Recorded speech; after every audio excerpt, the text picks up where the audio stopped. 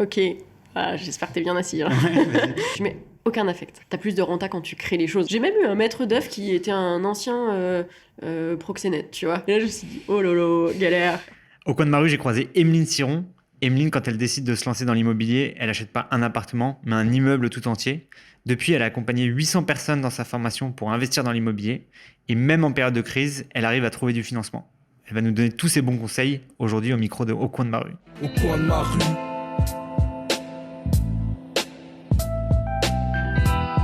Salut Emeline, merci de venir sur le podcast. Et bah merci. Et puis avec plaisir, on va pouvoir se dire plein de choses. Donc, Yes, on va discuter un peu d'immobilier, de ton parcours. Est-ce que tu peux nous raconter un petit peu comment est-ce que tu en es arrivé jusqu'à aujourd'hui à devenir un peu influenceuse dans l'immobilier? Ok, ah, j'espère que t'es bien assis. Hein. Ouais, vas-y. Alors moi j'ai un profil purement IMO déjà Ok. de base puisque j'ai un BTS IMO, une licence IMO, un master IMO Ok. et j'étais asset manager en gestion de fonds d'investissement avant. Ok. Donc, Comment t'es arrivé juste dans ton BTS IMO au début? T'avais un amour pour la pierre ouais, particulier? mes parents avaient Ok. acheté une résidence secondaire Où en ça? Normandie, En Normandie, Longères, et j'ai connu 26 ans de travaux. Ils Ok. l'ont revendu, je crois que les travaux étaient même pas finis. Ok. Donc, mes parents avaient un garage automobile et ils bossaient énormément. Et en fait, j'étais avec eux le week-end surtout. Et mon père faisait des travaux. Ok. Et du coup, les moments que je passais vraiment avec lui, bah, c'était en faisant des travaux. Ok. Donc, que ça soit du placo, une perceuse, couler des chapes, etc. C'était mes moments un peu de famille. Donc, c'est venu un peu de là. Et puis après, bah, c'est un peu les parents à l'ancienne où ils veulent grandir le patrimoine, mais Ouais. juste en résidence secondaire. Ouais. Donc, ils ont voulu commencer à préparer la retraite en achetant une résidence dans le sud. Ok. Et puis, j'ai visité un peu avec eux et je me suis dit, ah ouais, c'est quand même cool d'aller voir les maisons, de faire ci, faire ça. Et je voyais l'agent immobilier qui était plutôt bien une bonne situation et je me suis dit, tiens, pourquoi pas. Ok. Donc, c'est un peu là où je me suis dit, c'est quelque chose qui me plaît. Mm. Et en plus, potentiellement, en termes de, je dirais, salaire, ça pouvait être correct. Ok. Donc tu fais toutes tes études là-dedans. Tu commences comme asset manager. Tu peux nous raconter un peu ce que tu faisais? Ouais, je m'occupais de la gestion-acquisition, donc immobilier de santé en Europe. Ok. En gros, je crapahutais à travers l'Europe pour faire de l'acquisition de hôpitaux, cliniques, EHPAD, établissements autistes, Ok. et que ce soit en Italie, au Portugal, Belgique, Allemagne, tout ça. T'as fait ça combien de temps? 3 ans. Ok. 3 ans. Avant, j'étais un peu un électron libre, donc je trouvais pas ma place. Donc, j'ai fait plutôt de l'intérim dans diverses boîtes. Ok. Puis après, j'ai trouvé ce poste-là en CDI où on était 3. Hein. C'était une jeune boîte, on gérait 250 millions à 3. On bossait comme des malades tout le temps. Et c'était un job que j'ai adoré. Et Honnêtement, pourquoi t'es parti alors? parce que j'ai commencé à investir Ah. quand j'étais là-bas. Les cordonniers sont pas les plus mal chaussés. Et je me suis dit, tiens, pourquoi pas? Et j'ai fait une opération. Et l'opération s'est bien passée. Du coup, l'année d'après, j'en ai fait 5. Ah putain. Et là, je me suis dit, ah ouais, c'est chaud quand même. Parce que j'étais tout le temps en déplacement. Donc, ça veut dire que souvent, je prenais l'avion à 4h30 du mat. Je revenais le soir vers 23h, minuit. Et après, bah, à l'aéroport, j'étais obligée de gérer mes travaux. Donc, c'était assez compliqué. J'avais l'impression d'avoir une double vie. Ouais. Mon conjoint il me disait, bon, bah, tu me diras quand est-ce qu'on pourra se voir. Donc, je dis, bah, quand j'aurai fini mes travaux. Et c'était assez touchy comme période. Et donc, c'est pour ça que j'aurais dit, bah, écoutez, les gars, je vous aime énormément, mais je vais être obligée de partir. Et ça, c'était quand? C'était en 2021, puisque je suis partie le 28 février 2022. Ok. Tu vois, il y a des dates qu'on n'oublie pas. Hein. Ouais, ça marque. Et Voilà. depuis alors? Et depuis, écoute, j'ai commencé à communiquer sur les réseaux avec ma première opération. Ok. Je montrais un peu ce que je faisais, le terrain, les galères, les erreurs, etc. Ouais. Et ça a monté petit à petit. Et comme en 2020, du coup, j'en ai acheté 5, et j'ai géré beaucoup de travaux en 2021. Mm. En plus, tout ça, on est en période de Covid, hein, donc c'était un peu la guerre. Donc, je montrais de plus en plus ce que je faisais sur les réseaux. Et là, bah, ça a montré un intérêt de dingue.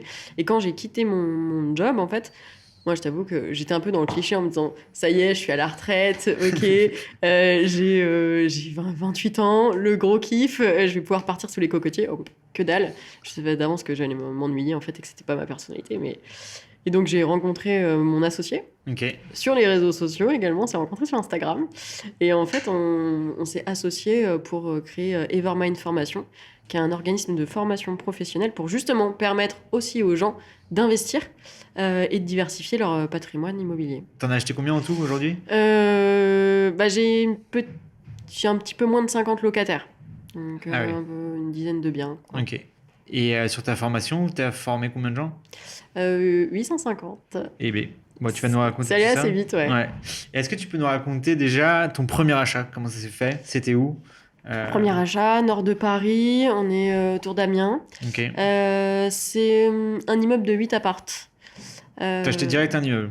Toi, tu Ouais, passes pas mais par la case alors je sais départ, que ça choque, mais faut se dire que moi j'avais l'habitude de gérer je faisais des acquisitions à minimum 5-10 millions. Donc acheter un premier truc à 280 000 euros, je sais, les doigts dans le nez, quoi. Moi j'ai toujours été faite pour les chiffres et les chiffres. Ok. Donc en fait, je prends un business plan, je prends l'étude de travaux, je fais mon deal. Est-ce qu'on est vert? Est-ce que toutes les cases sont cochées? Oui, c'est bon, j'y vais, je signe. Ok. Je mets aucun affect. Donc la première OP, ouais, immeuble de 8 studios. Entièrement loué, donc des travaux à faire en milieu occupé, rien d'ingérable. Et là, je comprends que ça fonctionne. Tu vois, tu fais les premières choses, tu fais ton business plan et tu te dis, ok, ça me dégage du cash, mais justement, t'es un peu sceptique. Est-ce que vraiment ça va fonctionner? Est-ce que pas? Puisque moi, je suis un produit fonds d'invest, donc j'étais plutôt sur des 5% de renta dans ma gestion de fonds, etc. Là, tu te dis, ouais, j'arrive quand même à 12% de rentabilité. Est-ce que c'est vraiment faisable? Alors, est-ce que tu peux nous expliquer un peu c'est quoi cette renta, comment tu la calcules? La renta, en gros, pour que ça soit simple, il y a des rentrées d'argent, des sorties d'argent. Ok, ce qui compte, c'est ce qui reste dans la poche à la fin. Ce qui rentre, souvent, c'est les loyers. Ce qui sort, ça va être la mensualité, les charges de copro, les charges, par exemple, la taxe foncière, on peut la mensualiser, tout ce genre de choses-là, la comptabilité. Et en fait, quand on fait du coup un peu les plus et les moins, eh bien, on a un résultat net. Du coup, si on parle un peu compta, et donc là, ce qui sort, ça s'appelle un peu le cash flow net, quoi. Et donc là, l'opération, déjà sur le papier, était rentable. Ok. Je me dis, je la fais, je fais mes petits travaux, j'avance comme ça. Et en fait, je me dis, ça fonctionne, quoi. Sur mon compte bancaire, je vois bien que tous les mois, j'ai X euros en plus. Et je me dis, ok, pourquoi pas. Et donc, à ce moment-là, je me dis, je me relance sur d'autres opérations. Et donc, c'est pour ça qu'en 2020, j'en ai signé plusieurs. J'ai fait, encore une fois, on est en plein Covid, là. Donc, une maison que j'ai transformée en une colocation de 7 lots. Où ça? Pareil, dans le nord. Ok. Coloc de 7 chambres, 7 salles de bain, un truc bien sympa. Ensuite, en août, j'ai signé une coloc de 5, une coloc de 6. Pas de travaux, on est sur divorce. Ce qui fait vivre un peu les gens dans l'immobilier, les successions et les divorces. Le malheur des uns fait le bonheur des autres. Ensuite, en octobre, j'ai signé un bien que j'ai divisé en 4 studios. Et en début décembre, une maison que j'ai créée en co-living, 8 chambres. Okay. Donc 220, 240 mètres carrés à peu près. Et la banque te suit chaque fois, te dit vas-y, je te finance, quoi. Alors j'ai quasiment fait toutes mes opérations en plus avec la même banque et j'ai eu la chance de trouver un super partenaire bancaire que j'ai aidé à investir dans la foulée. Ah ouais. C'est devenu un ami et je l'ai emmené sur le terrain, je lui ai montré ce qui était faisable et en fait, ouais, carrément, il m'a suivi. J'ai mis un peu d'apport. Faut pas se voiler la face quand tu veux dupliquer. J'étais obligée de mettre un peu de cash sur la table. Puis moi j'ai investi aussi en société. T'as investi que dans l'immobilier ou t'as d'autres investissements? En bourse, vraiment compte titre PEA. C'est quoi la répartition entre ton patrimoine immobilier et le reste? Je mets beaucoup plus en IMO. Beaucoup plus en IMO? C'est genre 90-10 ou 99? Après, c'est différent, puisque en IMO, si tu comptes ton patrimoine net, il y a aussi l'emprunt derrière, tu vois, il y a un effet de levier que je me permettrais pas de mettre en bourse. Tu vois. Je dirais que j'ai un peu moins de 50 000 euros dessus. Tu vois, alors qu'en immobilier, j'ai quand même beaucoup plus, quoi. Ouais, bien sûr. Je mets un peu en crypto aussi. Bon, après, c'est toujours pareil. Et après, il y a ton business plan, ton Excel avec tout ce que tu modélises. Et après, il y a la réalité où tes travaux durent dépassent de 6 mois. T'as eu des galères un petit peu dans certaines opérations? J'avoue que je touche ma tête. J'ai pas eu trop de galères parce que j'ai toujours eu des gros différés. Donc, les gros différés m'ont permis... C'est quoi les gros différés? C'est que tu commences à rembourser plus tard tes emprunts? Tout à fait.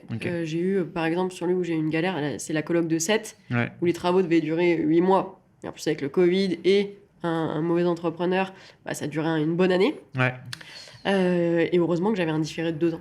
Tu vois, d'accord. ça veut dire que je commençais pas à rembourser le crédit. Ok, Je payais pas grand-chose par mois. ok. Donc, quand tu as des grands différés, bah, plus tu as une période de souplesse, et plus en plus ça te permet de générer de la trésorerie pour faire d'autres opérations, te rembourser, Ouais, avoir de la dispo, quoi. ça marche. Et est-ce que tous ces biens, tu les gères en direct ou tu délègues à des agences immobilières? Alors, je délègue pas.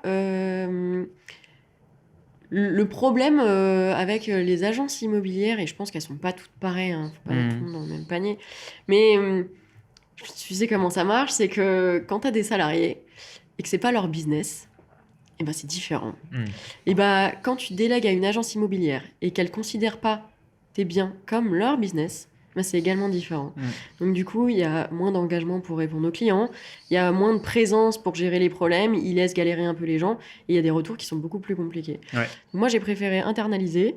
Je gère, j'ai automatisé beaucoup de choses. J'ai quand même une équipe, hein. J'ai quelqu'un Ok. qui s'occupe de tout l'entretien. Ok. C'est un multitechnique service, voilà, Ouais.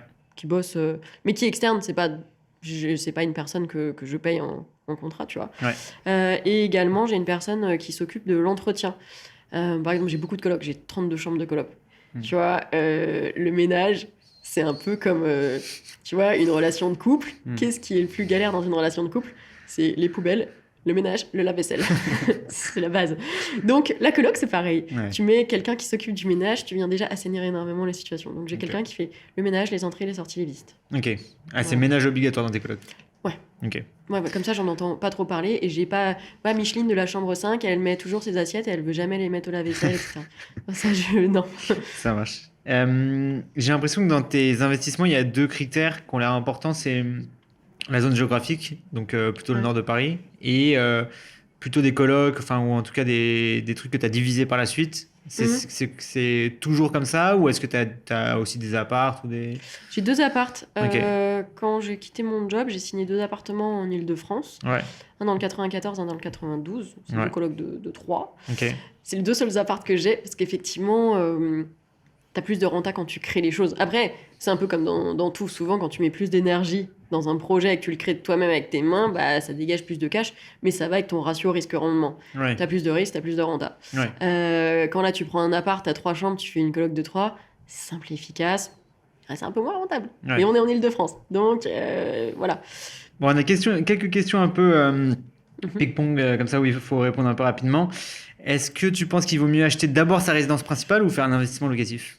Il n'y a pas de bonne réponse. Ça dépend aussi de l'emplacement où on est. Pour quelqu'un qui vit en Île-de-France, si tu achètes ta résidence principale en premier, tu vas avoir des prix tellement exorbitants que tu vas plomber ton taux d'endettement. Ok. Donc, honnêtement, c'est pas forcément le plus safe et le plus intelligent si tu as envie d'investir derrière. Tu vas être Ouais. bloqué. Ensuite, quand on est en province, étant donné que les prix au mètre carré peuvent être plus faibles, si tu compares un peu entre si tu loues et si tu achètes, tu peux aller sur des choses qui sont plutôt cohérentes. Ouais. Donc là, pourquoi pas?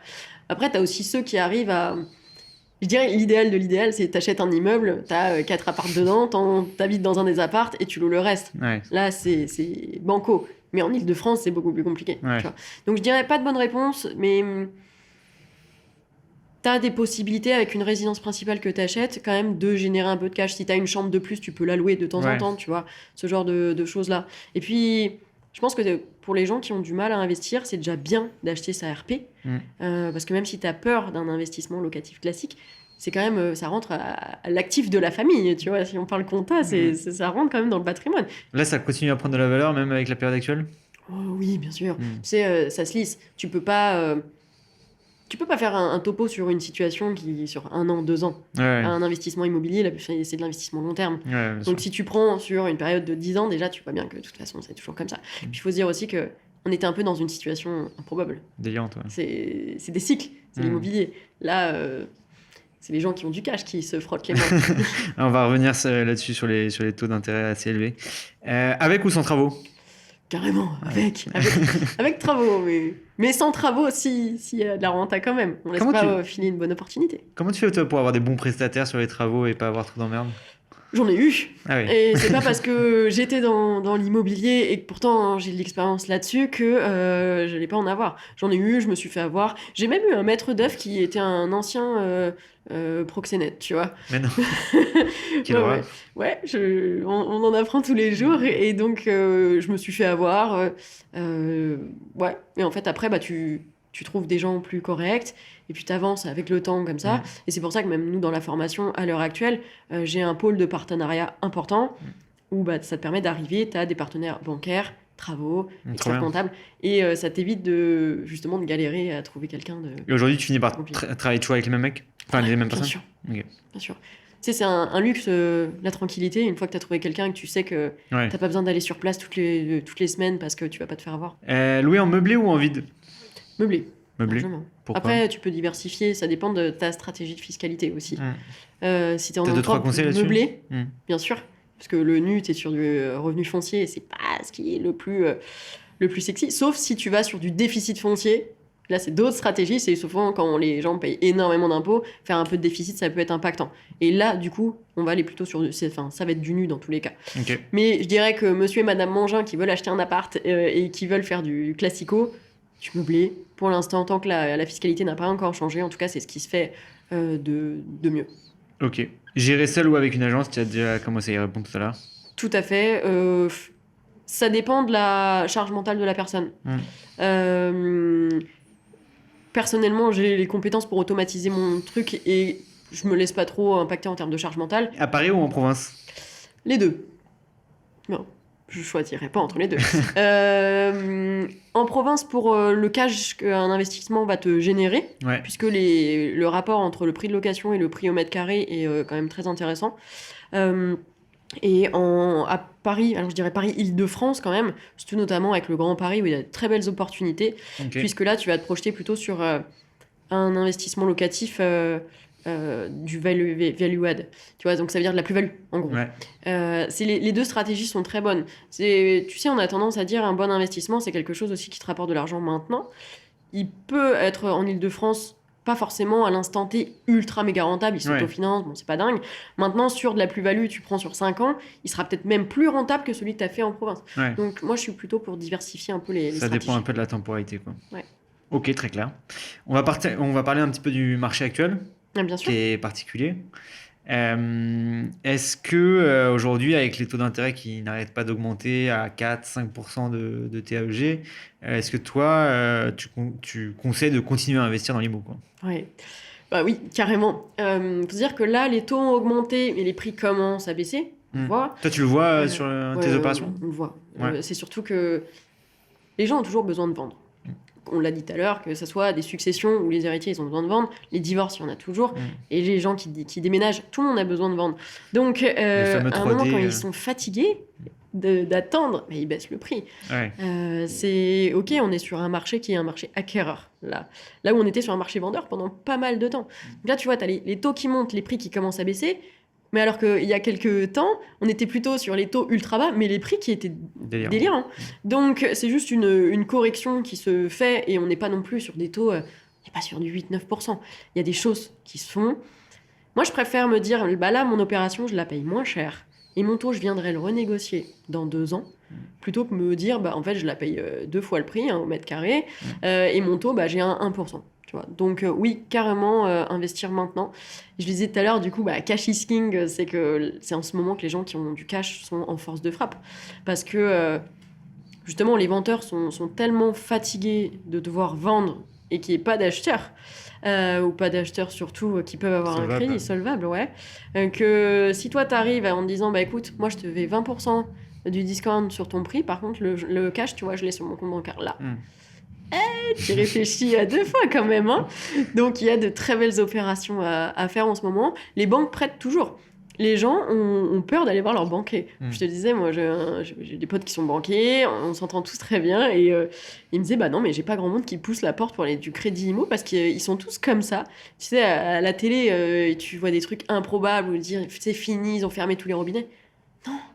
Non, ils prêtent, hein. Et même nous dans les partenariats qu'on fait, on a eu quand même du sans-apport qui se fait. Et là encore ce mois-ci, hein. On a aussi du différé de 3 ans. Quand tu as du 3 ans sans apport en ce moment, c'est improbable, mais ça se fait. Tu vois, j'en ai sorti un la semaine dernière, 270 000 euros sans apport. Dingue. Donc, ouais, on peut y aller. C'est juste que il faut aller demander, il faut trouver les bonnes personnes. Là, il y a 2 mois, on a sorti un crédit 460 000 pour une de nos participantes qui achète Paris 7. Elle a même pas de CDI, sans apport. Voilà, Non, mais c'est attends, juste. c'est quoi du coup la recette magique là? Qu'est-ce que C'est tu le vas bon dire? interlocuteur. C'est le bon banquier? Ouais. Ah ouais? C'est l'interlocuteur qui va croire en ton projet. Tu as aussi des banques qui fonctionnent différemment, les banques mutualistes, où tu as beaucoup plus de pouvoir pour le directeur d'agence. Ouais. C'est différent. Ils n'ont pas obligé de repasser tu sais, dans les comités de cautionnement, etc. Où là, ils se font retoquer. Quand c'est le directeur d'agence qui dit « Ok, vous n'avez pas un profil très sexy. Par contre, l'opération, vous achetez à tant du mètre et ça en vaut tant. » Là, déjà, tu vois, tu colles une hypothèque dessus et tu suis. Là où tu peux avoir un profil à côté où tu te dis, lui, il a de l'épargne, ok, on est pas mal. Mais par contre, le projet, il est naze. Le prix au mètre carré, c'est le même avant et après travaux. Enfin, tu vois, c'est différent. Par contre, ce qui est important aujourd'hui, c'est l'épargne. Hein. Et là, on en a parlé tout à l'heure. Ouais. Il faut quand même rassurer avec l'épargne. Quoi. Et comment on fait pour avoir accès à ce carnet d'adresses extraordinaire que tu as, de dire, en fait, il faut avoir le bon interlocuteur, le bon banquier, etc. Ça se construit une relation, c'est... Oui, Ouais. regarde, moi, mon banquier, par exemple, j'étais dans le 95, j'ai déménagé dans le 92, on est en plein confinement, j'ai 2 opérations à financer. Et là, je me suis dit, oh lolo, galère. Et j'ai contacté des banques, j'ai monté mes petits dossiers bancaires, je les ai même pas rencontrés. Et j'en ai un avec qui j'ai fité totalement. Ça, c'est fait. Après, c'est aussi le fait de faire un dossier pro. T'en as beaucoup qui arrivent à la banque les mains dans les poches en disant bon vous me prêtez combien quoi. Ouais. Un peu derrière.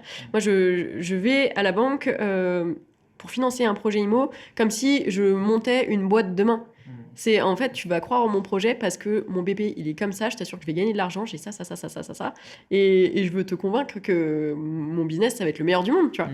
Et si on dérive un peu sur l'aspect plus sociétal de l'immobilier, enfin social de l'immobilier, en gros, investir dans l'immobilier, est-ce que ça participe pas un petit peu aussi à la spéculation et au fait que se loger coûte plus cher pour tout le monde? Est-ce que toi, c'est une dimension que tu as pris en compte dans tes investissements, dans ton métier en général? Est-ce que tu as quelque chose que tu offres à tes locataires en particulier qui fait qu'ils restent plus longtemps? Enfin, c'est quoi ta vision un peu sur le sujet? Alors, moi, j'ai une population typiquement étudiante. Ok. Étudiante, très jeunes actifs, mais beaucoup d'étudiants. Ouais. C'est quand même 97% de mon parc. Ok. Donc, en termes de... Je vais aller sur ce côté-là, le côté service. Ouais. Moi, c'est surtout une relation avec les parents. J'ai des parents qui sont un peu partout en France. Ok. On sait que c'est compliqué, je pense, de laisser son enfant partir dans un studio ou une chambre de coloc tout seul. Ouais. Donc, je mets en place quand même, je dirais, une certaine relation pour qu'ils se disent ok, mon enfant, il va pas n'importe où, il va être accueilli, il y a du monde sur place. S'il y a quoi que ce soit dans le studio, la coloc ou autre, il y a une équipe derrière, donc ils vont pas être obligés de se faire 6 heures de route pour, je sais pas, changer la bande de douche. Ouais. Tu vois, ce genre de choses-là, déjà, ça rassure. Ok. Donc, c'est être beaucoup dans la compréhension. Et tu vois, faut trouver un équilibre entre je suis dans la compréhension, je donne, je rassure, et en même temps, je fais des fiches quand même de règlement de coloc pour pas qu'ils en abusent. Ouais. Parce que parfois, ils m'appellent pour changer une ampoule. Tu te dis, vous êtes mignon, mais en fait, vous allez prendre une petite chaise et voilà, allez récupérer une ampoule et faut pas abuser, quoi. Ouais. Donc, tout est une question un peu de trouver un équilibre. Et en ce moment, on a pas mal parlé de tensions locatives et notamment du fait pour les étudiants d'avoir du mal à se loger. Ouais. Est-ce que toi, quand tu ouvres une place dans tes colocs, etc., tu reçois genre 50 dossiers ou enfin comment tu le vois Ça dépend aujourd'hui? des villes. Ok. En Ile-de-France, carrément. Ouais.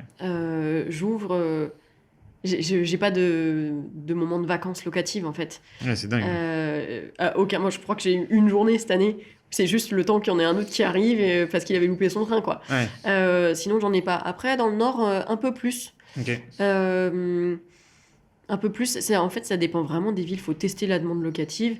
Et tu sais que parfois, quand le prix au mètre carré est vraiment bas et que les gens, les investisseurs, ils se mettent sur un secteur, bah, il peut y avoir énormément de demandes. Ouais. Et là, ça commence à être un peu moins intéressant. Tu vois. Ah, ok, ouais. Mais c'est pour ça que tu viens contrebalancer avec un service plus important pour réussir à attirer aussi les gens. Moi, je fais même aussi de l'affiliation au sein des locataires.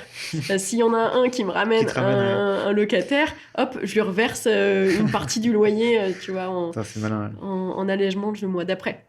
Ça roule. Est-ce qu'en conclusion, tu peux nous parler un petit peu de ton prochain projet immobilier? Alors là, j'en ai pas. Ok. Pourquoi tu j'en ai t'arrêtes? pas encore, je m'arrête pas, je me s'emballe pas. Je m'arrête pas, mais on peut pas tout faire dans la vie. Tu vois, j'ai que 2 mains et 24 heures dans une journée. Ouais. Et je sais que j'ai déjà une tendance à vouloir faire 40 trucs en même temps. Là, donc j'ai quand même comme si, une petite 50aine de locs. Ok, tout ce pôle-là, il tourne. J'ai lancé Evermind Formation. Donc là, on est quand même 7 dans l'équipe. J'ai des salariés qui sont un peu partout sur la France puisqu'on est full télétravail. Cette boîte-là, il faut la faire tourner, il faut la consolider, etc.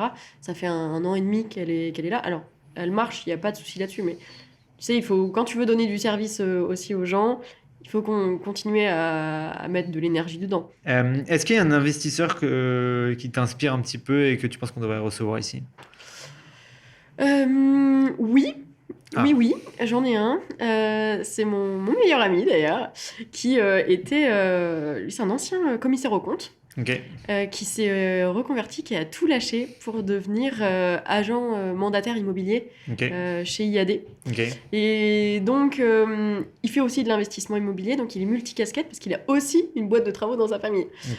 Donc là, tu peux toucher sur l'expérience terrain, surtout en ce moment, parce que c'est pas évident.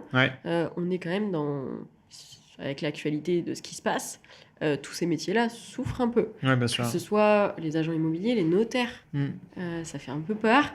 Il y a beaucoup de choses qui bougent. Donc là, tu avais un peu quelqu'un qui est en même temps sur le terrain, qui est également investisseur, qui a cette dimension compta, CAC, etc. reconnue, et qui apporte aussi un service aux gens. Tu sais, le service complémentaire qui, je pense, permet de se différencier dans un moment de tension. Très concurrentiel. Où tu mets quand même un gros point d'interrogation sur tous ces marchés-là. Et tu es obligé de te différencier avec quelque chose, soit les réseaux sociaux, son service. Tu peux mettre un peu de tout. Et donc, je pense que c'est comme ça que ça va faire aussi un peu le tri, quoi. On va garder que les meilleurs. Ça roule. Et écoute, on le recevra ici. Bon, merci beaucoup d'avoir participé au podcast. Avec plaisir, merci. Et puis, on recevra avec plaisir ton meilleur ami la prochaine fois. Merci beaucoup. Salut. Bye bye.